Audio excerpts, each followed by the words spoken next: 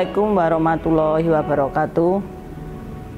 Salam sejahtera dan rahayu yang saya hormati para pemirsa Warta Budaya dimanapun berada. Bertemu lagi dengan saya, Gusti Kanjeng Ratu Kusmurtiah Pandansari.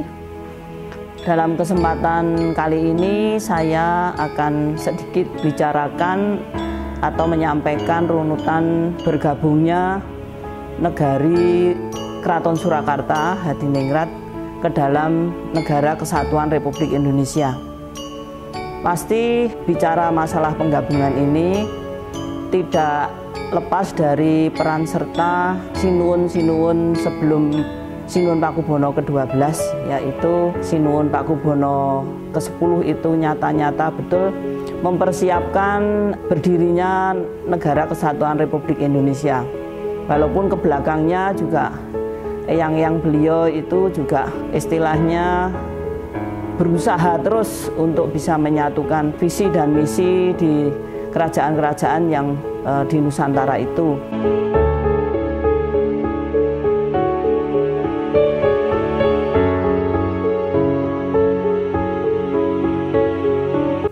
Dan baru bisa direalisasikan dengan Sinuwun Pakubono ke-10 itu bersama-sama diundang untuk menyatukan tanah dan air yang sekarang ini menjadi monumen di Penumping, yaitu ini embrio dari Sumpah Pemuda 28 Oktober 1928. Nah, dari sini Pakubono ke-10 sendiri juga sudah mempersiapkan dan akhirnya baru terrealisasi juga untuk menyatukan berbicara dalam satu forum, dalam satu rapat besar, itu dibentuknya BPUPKI, di mana BPUPKI itu tanggal 24 Mei 1945.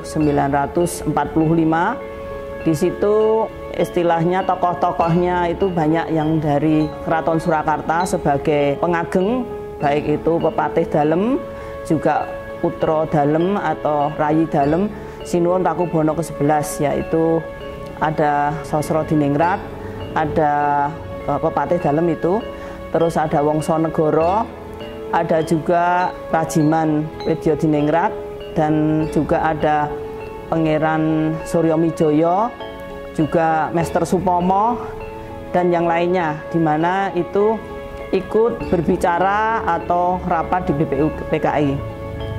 Nah, dari BPUPKI ini akhirnya di bulan Juli itu berganti dengan PPKI, karena pada waktu itu BPUPKI banyak ditinggal oleh pejabat-pejabat dari keraton di bulan Juni itu karena Sinuwun Pakubono ke-11 itu wafat. Mereka pada balik ke Solo untuk mempersiapkan atau pemakaman raja dan mempersiapkan susesi. Nah, dari sini terbentuklah PPKI, yang tertinggal di sana hanya tinggal Mester Supomo saja, dan di sini jelas menjalankan kesepakatan-kesepakatan di BPUPKI. Cuma yang saya harapkan di era sekarang ini jangan hanya seakan-akan hanya sebagai cerita saja, padahal ini sebetulnya bagi Republik ini sangat konstitusional dari putusan BPUPKI itu yang akhirnya dijalankan oleh PPKI.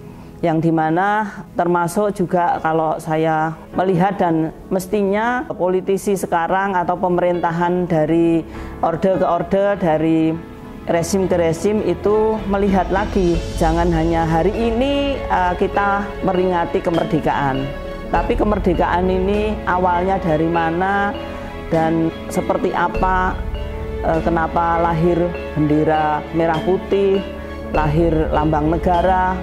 Dan ini yang perlu dipahami terutama oleh politisi itu yang mendukung pemerintahan di Republik ini.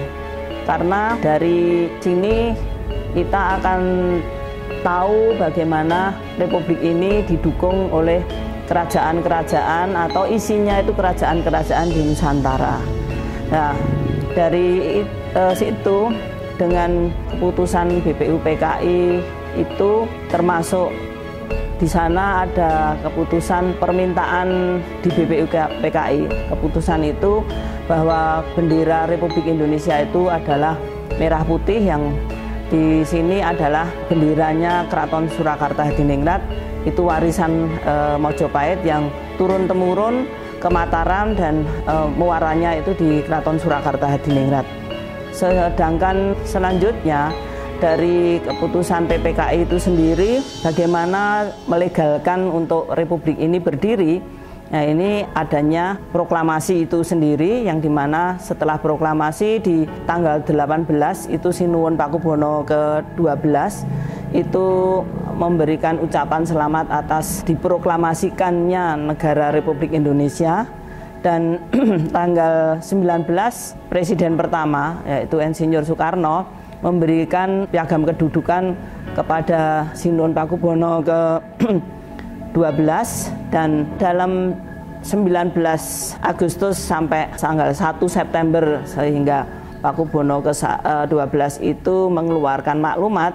Ini memang dipertimbangkan untuk bisa secara hukum itu jelas untuk penggabungan itu. Akhirnya Sinuwun Pakubono ke-12 mengeluarkan maklumat tanggal 1 September 1945.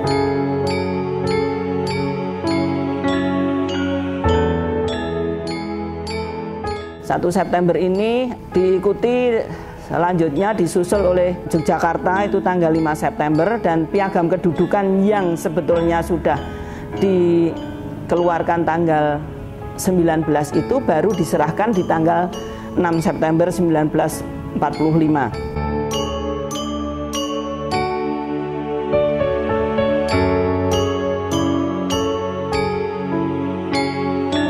Untuk mengingatkan dan memberi penjelasan kepada masyarakat, terutama pemirsa Warta Budaya, baiklah akan saya bacakan piagam kedudukan lagi, supaya jangan ini momentum ini hanya lewat saja, tapi betul-betul kemarin tanggal 19 itu adalah ada satu peristiwa besar bagi perjalanan negara ini, dan pastinya juga harusnya itu berdampak baik terhadap Keraton Surakarta. Piagam kedudukan ini berbunyi, Republik Indonesia, kami Presiden Republik Indonesia menetapkan ingkang Sinuwun Kanjeng Susuhunan Pakubuwana Senopati Ngalogo Abdurrahman Sayyidin Panatagomo ingkang kaping 12 ing Surakarta Hadiningrat pada kedudukannya, dengan kepercayaan bahwa Sri Paduka Kanjeng Susuhunan akan mencurahkan segala pikiran, tenaga, jiwa, dan raga untuk keselamatan daerah Surakarta sebagai bagian dari pada Republik Indonesia. Jakarta, 19 Agustus 1945. Presiden Republik Indonesia tertanda Soekarno.